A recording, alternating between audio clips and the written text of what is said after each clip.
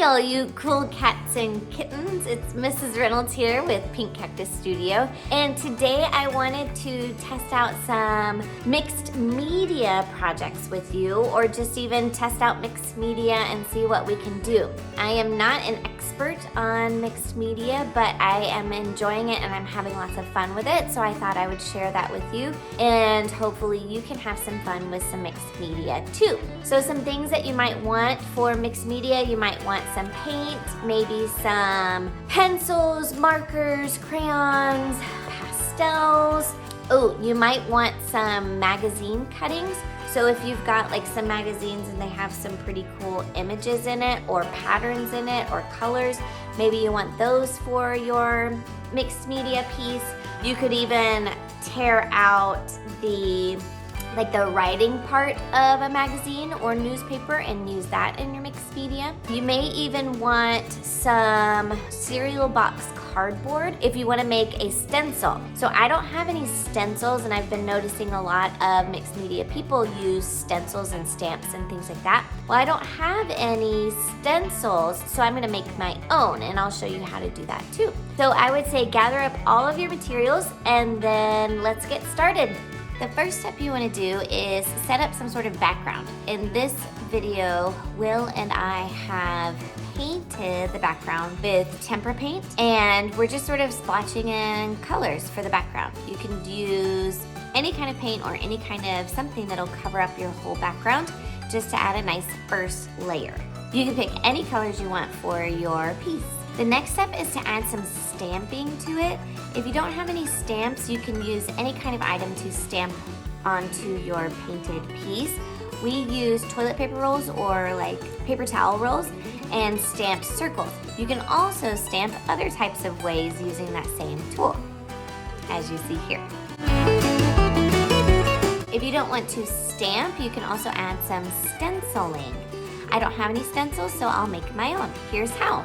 So in order to make a stencil, I just grabbed some cardboard. You can use cardboard or thicker paper. If you use pretty thin paper, then it's gonna get pretty soaked very easily. I'm just gonna cut up some cardboard into a more manageable size piece.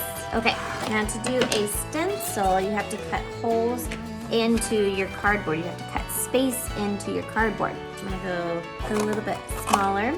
And then I'm gonna fold small parts of the cardboard and then cut like C-shape, or I could do square-shaped holes. And then what happens is you have some space that you created there. So I'm just gonna keep going. I can do a pattern, I can do something different, but the goal is to get space into your cardboard so that when you stamp on top, you'll have some places for the paint to stamp and get in there. So I'm just gonna do a couple of layers of this. You may have to have help from big scissor people. Yeah. So then what you do is you can make a few stencils. You can use just the one, it's up to you. And then all you do is put it onto your painted background, get a paper towel, dip it into paint, and then sort of stamp through, and then when you lift up, you'll have that color. Now that I've got my stencil made, I can start adding my stenciled layer to my first painted layer. Just sort of cover up whatever you want. I want to cover up the whole page just so it sort of brings that background that we did sort of back into the background a little bit more.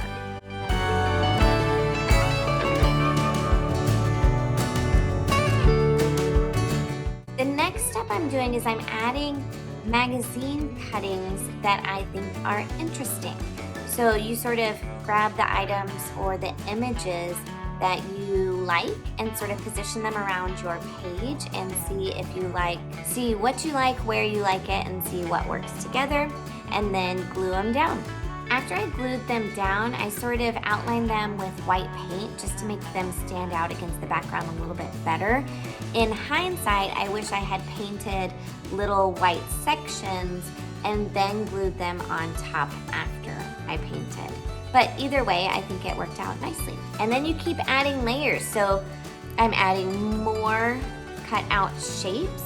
I had some hearts left over from the stencil that I had made, and then I had some colors of magazines that I really liked, so I added those in there as circles. And then just sort of treat them the same way. So I added that white paint around them just to sort of make them stand out a little bit more. The next step is to add more layers. So what I've done, once everything dried, I just took a Sharpie and sort of added outlines to things, sort of fun patterns and doodles and whatever you want. There is no right or wrong here. Some people like to add words and things. Maybe you do that here, I don't know. But just sort of have fun with it and just let it flow. Don't overthink it. Just sort of, if you think something needs to go in that spot, put something in that spot.